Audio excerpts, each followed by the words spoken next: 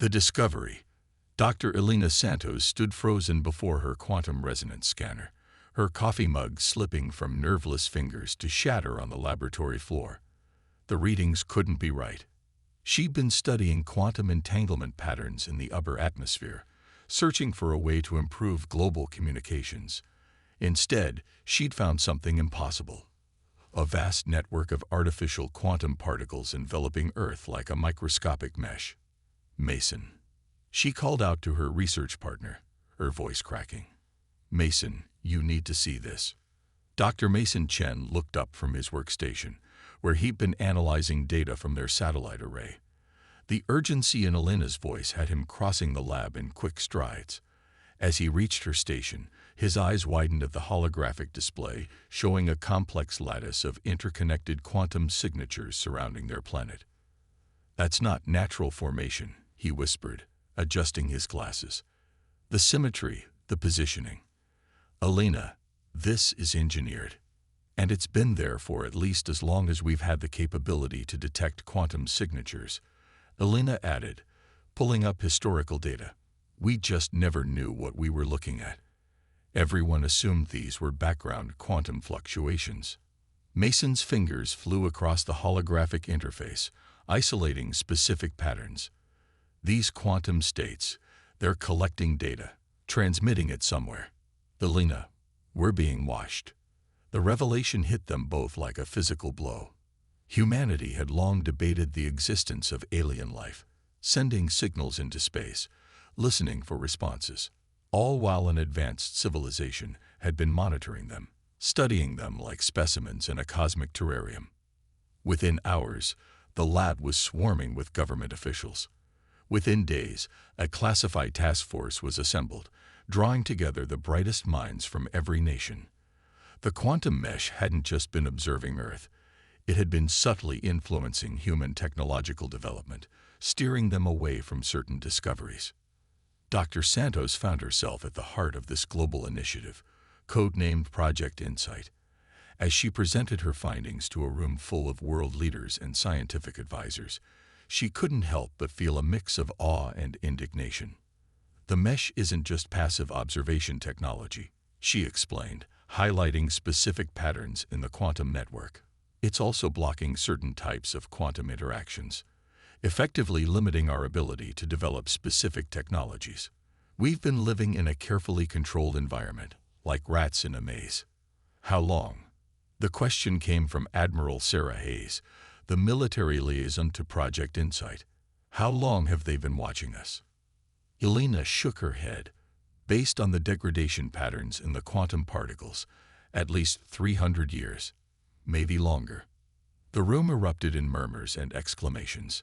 Centuries of human history, carefully observed and subtly directed by unknown watchers among the stars. The implications were staggering.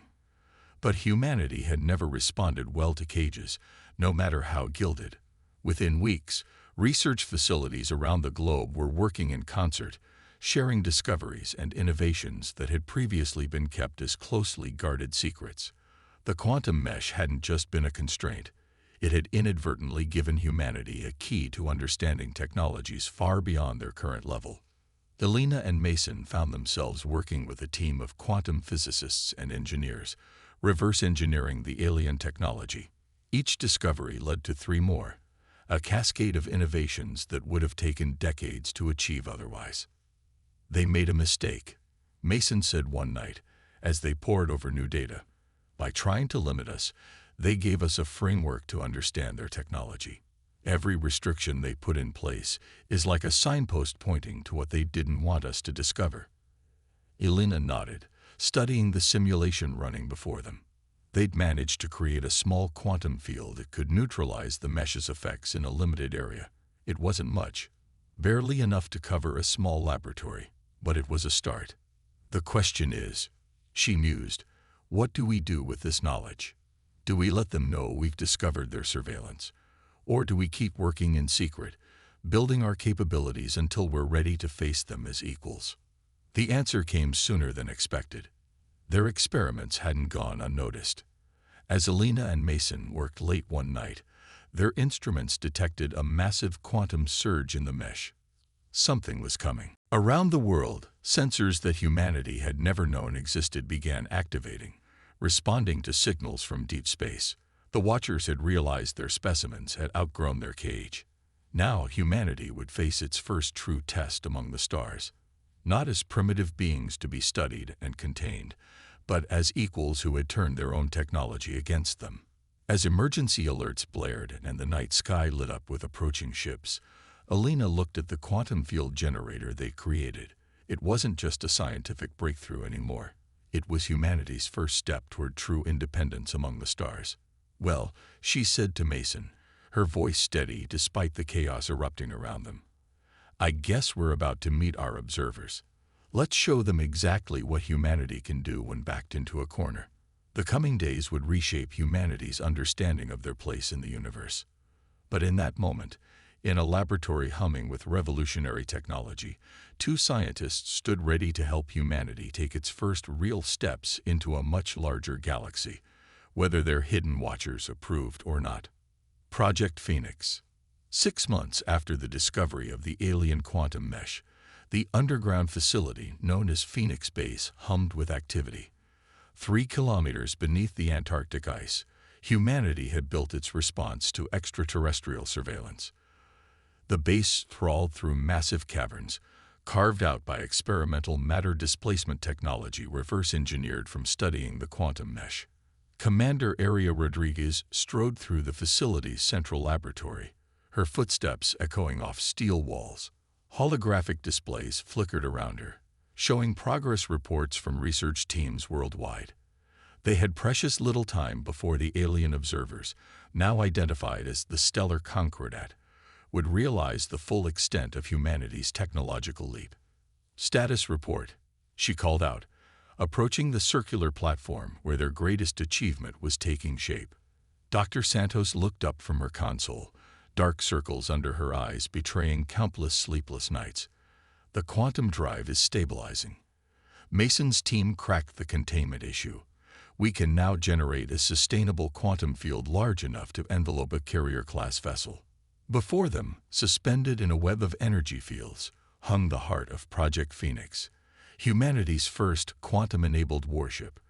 Unlike the sleek, crystalline vessels they'd glimpsed in long-range scans of Concordat ships, the UES Prometheus was all hard angles and pragmatic human engineering.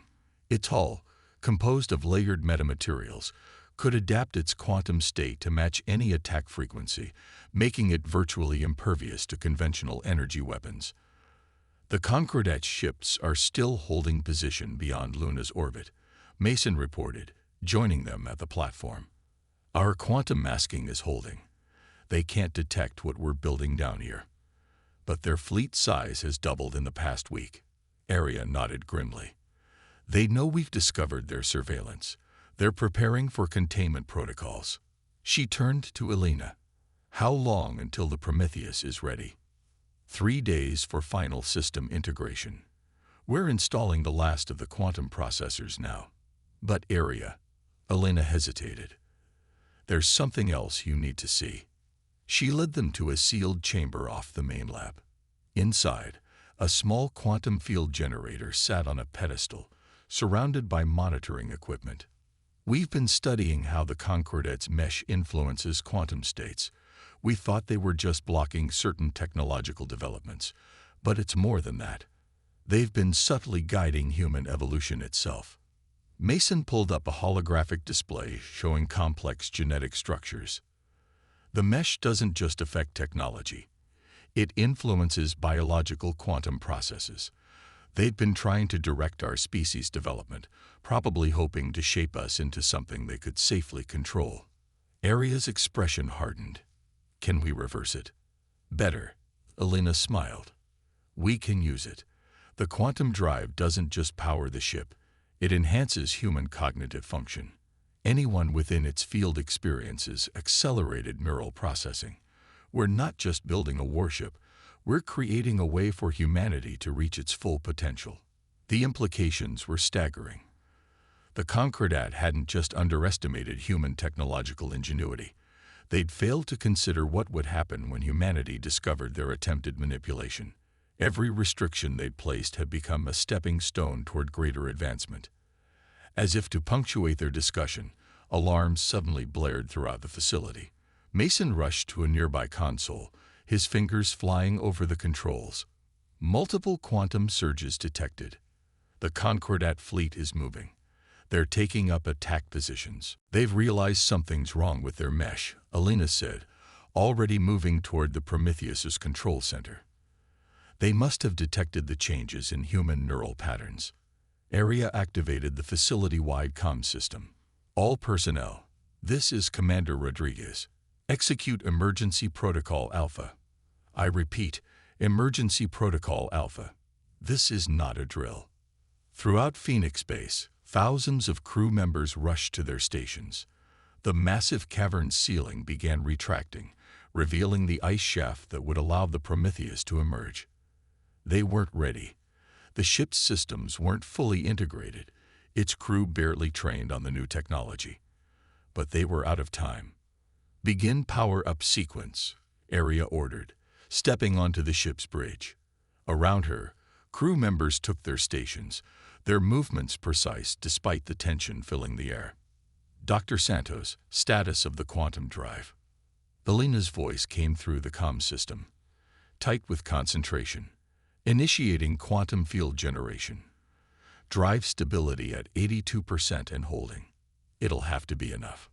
Through the base's sensors, they watched as the Concordat fleet moved into position around Earth. Their ships were beautiful, organic curves and crystalline surfaces that seemed to bend light itself. But humanity's response would show them that beauty and efficiency weren't always the same thing. All hands. Aria's voice rang through the ship. This is your commander speaking. What we do here today will determine humanity's place in the galaxy. The Concordat thought they could contain us, control us, shape us into what they wanted us to be.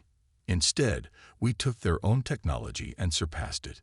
Now we're going to show them exactly what humanity can achieve when pushed too far. The Prometheus's quantum drive hummed to life, its field extending throughout the ship. Every crew member felt it. A clarity of thought, a sharpening of senses, human potential enhanced by the very technology meant to restrict it. Prepare for surface breach, Area ordered. Weapons systems online. Shield generators at maximum capacity. She allowed herself a small smile. Let's introduce ourselves to our watchers. As the Prometheus rose through the ice shaft, its quantum field disrupting the mesh that had contained humanity for centuries, the crew felt a shared sense of destiny. They were about to change the course of human history, to take humanity's first true steps into a galaxy that had sought to keep them confined. The Concordat was about to learn a harsh lesson. There is nothing more dangerous than an intelligent species that learns it has been caged. Breaking chains. The Prometheus burst through the Antarctic ice like a leviathan breaking the ocean's surface. Crystalline shards rained down as the massive vessel rose into the dawn sky, its quantum field sending ripples through the Concordat's surveillance mesh. In high orbit, the alien fleet's formation shifted, their elegant ships moving with fluid grace to surround Earth's first quantum-enabled warship. Commander Rodriguez stood on the Prometheus's bridge, watching the tactical display as dozens of Concordat vessels took up attack positions. Their ships were beautiful, like abstract sculptures carved from living crystal and light.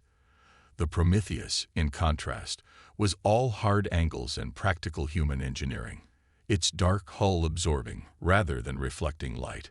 Multiple targeting locks detected, Lieutenant Park announced from the tactical station. They're scanning us. Commander, their quantum signatures are fluctuating. I think we surprised them. Open a channel, Area ordered.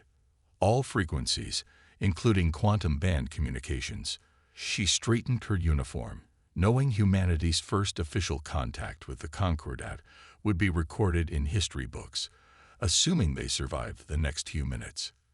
The main view screen flickered to life, revealing a being that seemed to be composed of shifting geometric patterns of light and crystal.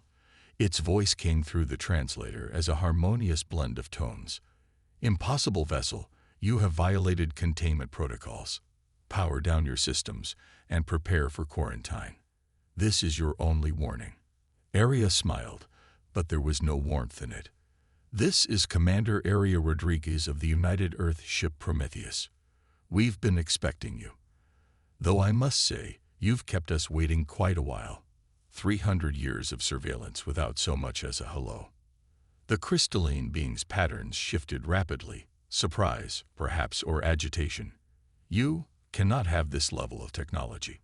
The mesh prevents." "Your mesh?" Elena cut in from her station, unable to contain herself. "We've been studying it for months. Did you really think humanity wouldn't notice being kept in a cage? That we wouldn't figure out how to use your own technology against you?" The Concordat commander's response was cut off by urgent signals from their fleet. The Prometheus's sensors detected massive energy buildups as weapon systems charged. "They're powering up primary weapons," Park reported. "Targeting solutions locked on major population centers worldwide. They're going to try to force our compliance by threatening the civilian population." Aria's expression hardened. "Active countermeasures. Show them what we've learned." Throughout Earth's atmosphere, hidden quantum generators activated. The surveillance mesh that had contained humanity for centuries began to shift, its particles realigning under human control. The Concordat fleet's targeting systems suddenly found themselves trying to lock on to phantom signals as the mesh itself bent their sensor readings. "Impossible." The Concordat commander's voice lost its harmonious quality. "You cannot control the mesh. You are a containment species, barely past planetary civilization. That's where you made your mistake," Mason said, his fingers dancing across his console as he fine-tuned the quantum field. "You gave us the perfect blueprint for your technology, thinking we'd never understand it. Every restriction you placed showed us exactly what you were trying to prevent us from discovering." The Prometheus rose higher, its quantum drive humming as it matched the Concordat fleet's orbital position. Around the planet, more hidden human installations revealed themselves. Quantum field generators, defense platforms, and surveillance systems of their own, all reverse-engineered from studying the mesh. "We're not here to fight," Aria announced, her voice clear and confident. "But we will not be contained any longer.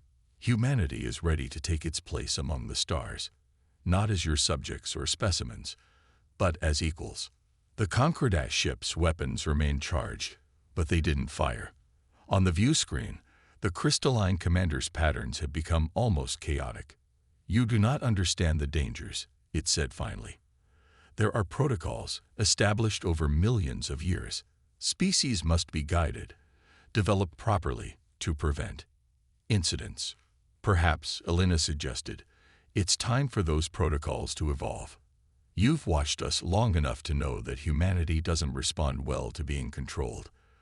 But we're also capable of extraordinary cooperation and innovation when given the chance." As if to demonstrate her point, the Prometheus's quantum field expanded, interfacing with the Concordat ship's own systems. Data began flowing between them, not tactical information, but scientific and cultural exchange protocols that Elena and her team had developed. "We're offering you a choice," Aria continued. "You can try to force us back into our cage, starting a war that will damage both our civilizations.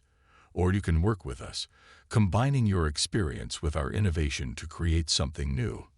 The tension on the bridge was palpable as they waited for the Concordat's response. Humanity had played its hand, revealed both its capabilities and its willingness to use them. Now they would see if centuries of watching had taught their observers anything about human nature. The crystalline commander's patterns slowly stabilized into new configurations. "The Concordat has not faced a situation like this in 50,000 years. You have exceeded all projected development patterns." "We do that," Aria smiled. "It's kind of our specialty. So, shall we discuss terms for humanity's entry into galactic society? As equals." Around Earth, the Concordat fleet's weapons powered down. The surveillance mesh, now under joint human and Concordat control, shifted into new patterns, no longer a cage, but a bridge between two civilizations. The age of containment was over. The age of collaboration was about to begin, and humanity had earned its place among the stars not just through force of arms, but through the very qualities the Concordat had tried to suppress: innovation, determination, and the unwavering desire to break free of any chains that would bind them. Diplomatic dance. The Grand Assembly Hall of the Concordat sparkled like a cathedral built from living crystal and light. 3 months after the standoff over Earth, Commander Rodriguez found herself standing before the Concordat's ruling council. The Prometheus had become humanity's first embassy among the stars, carrying a delegation of Earth's finest diplomats, scientists, and military leaders. What they found had stunned them all. The Concordat wasn't just a civilization. It was a coalition of over 300 species, each at different stages of development. Some were energy beings like their first contact, others were organic, and some existed in states humanity struggled to comprehend. All had been guided by the Concordat's containment protocols, shaped into what the elder races considered safe and predictable forms of development. Your species presents an unprecedented problem. First Speaker Lyrics announced, its crystalline form refracting light in patterns that the human delegation's translators interpreted as concern. No contained species has ever broken free of guidance protocols. More concerning, none has ever adapted our technology so creatively. Elena Santos, now Earth's chief scientific liaison, stepped forward. Perhaps that's exactly why your protocols need to change. Every species you've guided has followed the same development path. You've eliminated diversity in the name of safety. The assembly erupted in a cascade of light and sound as various representatives argued. Arya watched the reactions carefully, noting which species seemed supportive and which were hostile. Their time aboard the Prometheus had taught them to read the subtle shifts in quantum patterns that revealed true intentions behind diplomatic facades. There are dangers you don't understand. Another council member pulsed. The mesh protocols were established after the Sundering Wars. Without proper guidance, species develop weapons capable of unmaking reality itself. And yet, Mason Chen countered from his position beside Elena. Your guidance nearly sparked the very conflict you sought to prevent. Human innovation, contained and pressured, simply found new paths forward. We turned your restrictions into stepping stones. Before the council could respond, alarms blared throughout the chamber. Quantum sensors detected massive energy surges from the outer rim of Concordat space. The main display activated, showing a fleet of ships unlike anything in known space. Dark, angular vessels that seemed to swallow light itself. The Void Collective, Lyrix's patterns shifted to deep crimson. They were supposed to be myths, stories from the Sundering Wars. Unknown vessels breaching quantum barriers in sectors 7 through 13 announced the Concordat's defense air. Conventional weapons proving ineffective. They're using some form of inverse quantum technology. Arya exchanged glances with Elena and Mason. The Void Collected ships bore a striking resemblance to human designs, not in specific form, but in philosophical approach. While the Concordat built with light and crystal, these vessels, like the Prometheus, were designed to absorb and redirect energy. We recognize those design principles, Arya announced, stepping forward. They're using quantum absorption technology similar to what we developed, but they've taken it to an extreme we never considered. The council chamber fell silent as implications sank in. The Void Collective represented everything the Concordat had feared. Unguided technological development, taken to its darkest conclusion. Yet here stood humanity, having developed similar principles but chosen a different path. Let us help, Elena offered. The Prometheus's quantum field can be modified to counter their absorption technology. We understand how it works because we developed it independently. And why should we trust you? Demanded one of the more hostile council members. You could be allied with these invaders. Because we chose a different path, Arya replied firmly. When we broke free of your containment, we could have sought revenge. Instead, we offered cooperation. Now we're offering it again. The chamber shook as the first attacks reached the Concordat capital. The Void Collective's weapons weren't designed to destroy, but to corrupt and twist the very quantum fields that Concordat technology relied upon. Time is short, Mason warned, monitoring the battle data. The collected ships are using the corrupted fields to create quantum cascades. If they reach critical mass. First Speaker Lyrix's patterns stabilized into decisive configurations. Commander Rodriguez, the Concordat formally requests Earth's assistance in this crisis. Dr. Santos, Dr. Chen, you have full access to our quantum engineering facilities. The Prometheus stands ready. Area nodded. But understand this. We help as equals, not as subjects. When this crisis is over, the Concordat's protocols regarding emerging civilizations must change. If we survive, Lyrix agreed, perhaps it is time for the Concordat itself to evolve. Your species has shown us that there may be more than one path to the stars. As the human delegation rushed to implement their plans, Area couldn't help but appreciate the irony. The Concordat had contained humanity out of fear of uncontrolled development. Now that same independent development might be the key to saving galactic civilization. The Void Collective was about to learn what the Concordat was just beginning to understand. Humanity's greatest strength wasn't their technology or their determination, but their ability to forge their own path while still choosing cooperation over conquest. New dawn. The battle for the Concordat capital unfolded across quantum dimensions humanity had only begun to understand. The Prometheus led a mixed fleet of human and Concordat vessels, their combined technologies creating defense patterns never before seen in the galaxy. Dr. Elena Santos and Dr. Mason Chen worked frantically in the capital's Quantum Engineering Center, adapting their breakthrough technologies to counter the Void Collective's attacks. Their quantum absorption technology is like a dark mirror of ours, Elena explained to the assembled Concordat engineers, her hands moving through holographic displays. But they're using it to corrupt rather than enhance. Each attack creates cascading failures in standard quantum fields, which is why conventional Concordat weapons are useless, Mason added, monitoring the battle data. Their ships don't just absorb energy. They twist it, corrupt it, send it back corrupted. But we can use that against them. Commander Rodriguez's voice came through the quantum comm.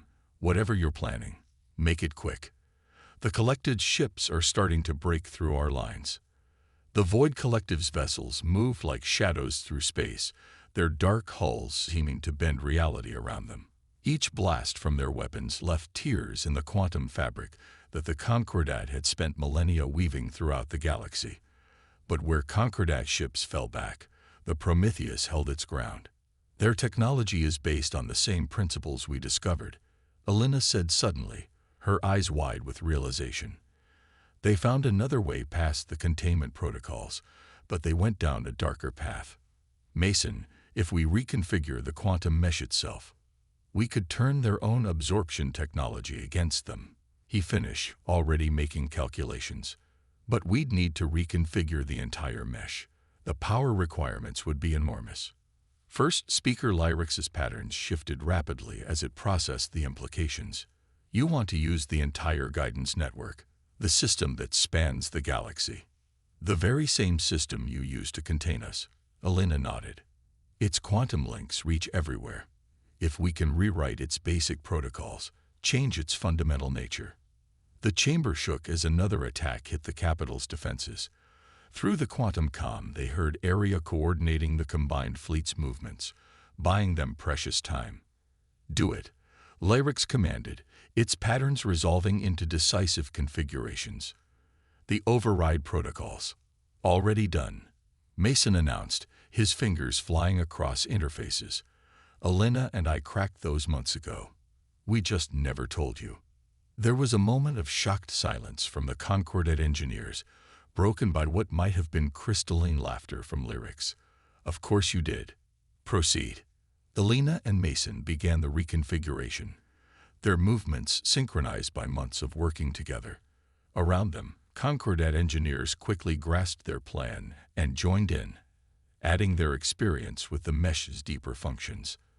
The very network that had once restricted humanity's development was about to become something entirely new. In space, the Prometheus led the defense of the capital, its hybrid technology allowing it to stand against the Void Collective's corrupting attacks. Commander Rodriguez watched her tactical display as entropy waves washed against their quantum shields. "All ships, hold position," she ordered. "Elena, Mason, we're detecting massive quantum fluctuations. What's happening?" Initiating mesh reconfiguration. Elena's voice was tight with concentration. In 3, 2, 1. The galaxy seemed to hold its breath. Then, like a wave of light spreading out from the capital, the quantum mesh began to change. What had been a rigid framework of control became a dynamic network of enhancement and cooperation. The Void Collective's ships suddenly found their absorption technology working against them as the transformed mesh turned their own quantum manipulations back upon themselves. "Their quantum fields are collapsing," Mason reported, his voice triumphant. "The mesh is using their own technology to create feedback loops. They can't maintain stability." The dark ships began to falter, their reality-twisting capabilities turning inward. The combined human Concordat fleet pressed their advantage, not with weapons of destruction, but with carefully calibrated quantum pulses that forced the Collective's vessels to power down or risk quantum collapse. In the aftermath, as the last Void Collective ships surrendered or fled, the Concordat capital glowed with new light.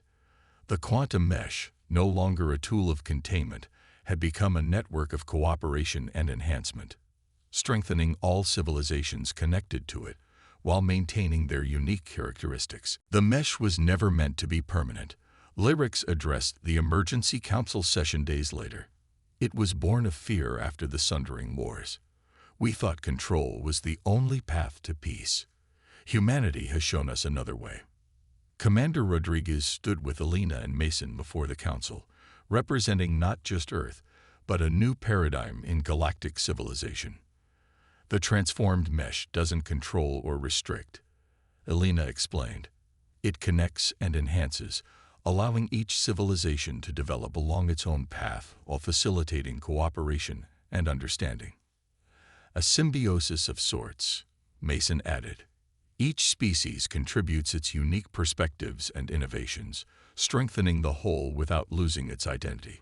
The council chamber, once a place of rigid protocol, now hummed with new energy as representatives from hundreds of species debated the implications. The age of containment was over. The age of cooperation had begun. "There will be challenges ahead," Area acknowledged. "The Void Collective showed us that freedom of development carries risks. But it also showed us that diversity of thought and approach is our greatest strength against any threat."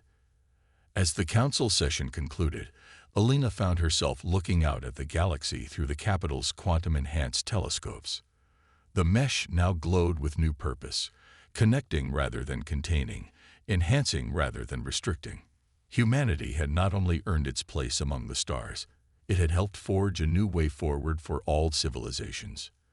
"You know," Mason said, joining her at the viewport, "they contained us because they were afraid of what we might become. And in doing so," Elena smiled, "they helped us become something better than anyone imagined." She watched as the Prometheus prepared for its journey back to Earth, no longer a warship but a bridge between civilizations. "We didn't just break free of our cage, we transformed it into wings." The galaxy spread out before them, filled with new possibilities.